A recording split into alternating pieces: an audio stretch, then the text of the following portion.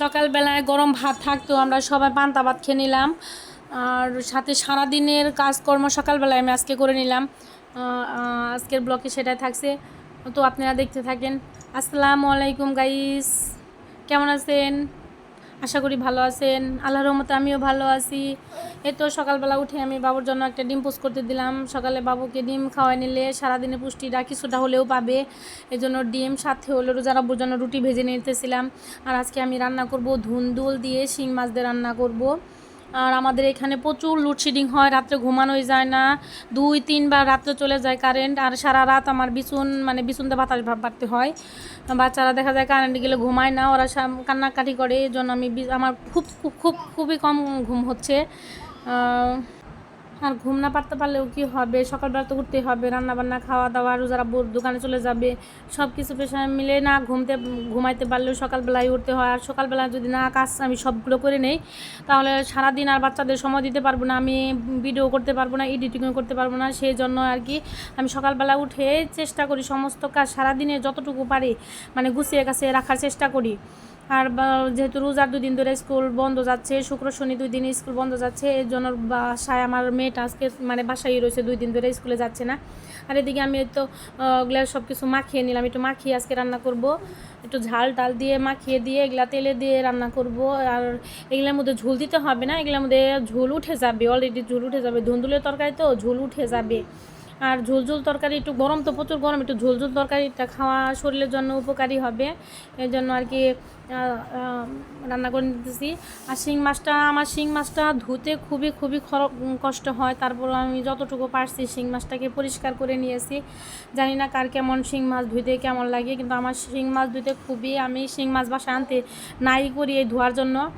আর মাছ তো এমন একটা জিনিস না ভালো করে ধুয়েও খাওয়া যায় না, এই মাছ ভালো করে ধুইলে সেনা একটু খাওয়া যায়, কিন্তু মাছ দেখা যায় অল্প ধোয়াতে খাওয়াই যায় না। আর এই তো আমি একটু নাড়াচাড়া করে নিতেছিলাম। আর কার এলাকায় কীরকম গরম আমাকে অবশ্যই কমেন্টস করে জানাবেন।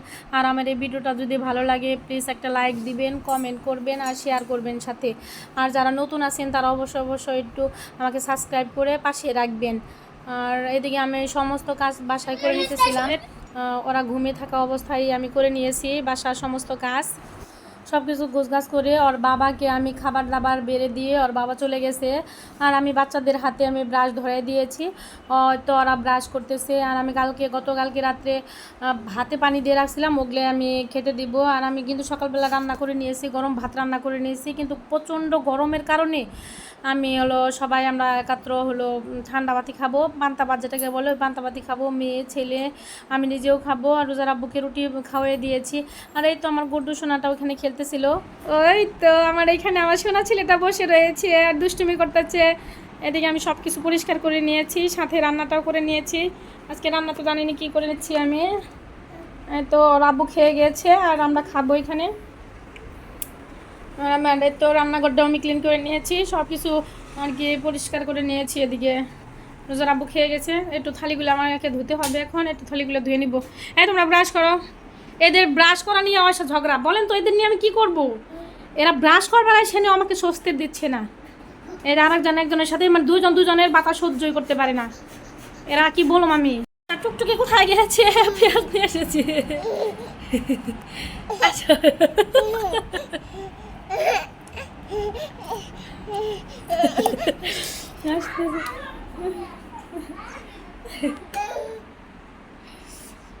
আর দেখেন ওরা কি করতেছে, দেখি ওরা কি করতেছে।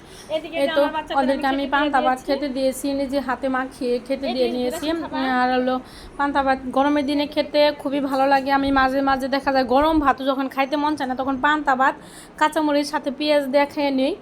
আর এখন তো প্রচুর গরম, আর গরমের মধ্যে মনে করতেছি যেন গরম ভাত কিন্তু আমি রান্না করেছি, কিন্তু ওদের আমি গরম ভাত দিই নাই, বলতাম পান্তা ভাত আছে এগুলো তোমরা খেয়ে সেরে দাও, দুপুরবেলা গরম ভাত খেয়ে নিই।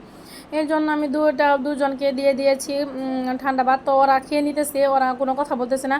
মাশাআল্লাহ আমার ছেলে মেয়ে ওরা দুজনেই খুব লক্ষ্মী, খালি মাঝে মাঝে দুষ্টুমি করে, যে ব্রাশ করতে চায় না, আর দুজনের বাতাস সহ্য করতে পারে না। দেখা যায় যে নিজে খেলতেছে আবার তো ঝগড়া করতেছে, এর মধ্যে আছে। আসলে পান্তা ভাতটা অনেক মজা, খুবই টেস্ট, খুবই মজা, আমার তো খুবই ভালো লাগে পান্তা ভাত।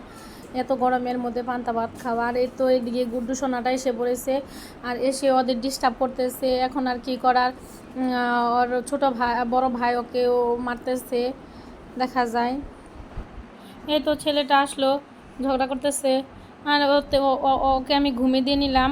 আর ওদের খাইতে এত সময় লাগে, খুব সময় লাগে, ওদের অনেকক্ষণ আগে খেতে দিছি, কিন্তু এর তো দেখেন দুই ভাই বোনে ঝগড়া করে দুজনে দু জায়গায় বসছে। এখন ওদের খাওয়া কমপ্লিট। তো সবাই আপনারা ভালো থাকবেন, নতুন আর একটা ব্লগে আপনাদের সাথে দেখা হবে।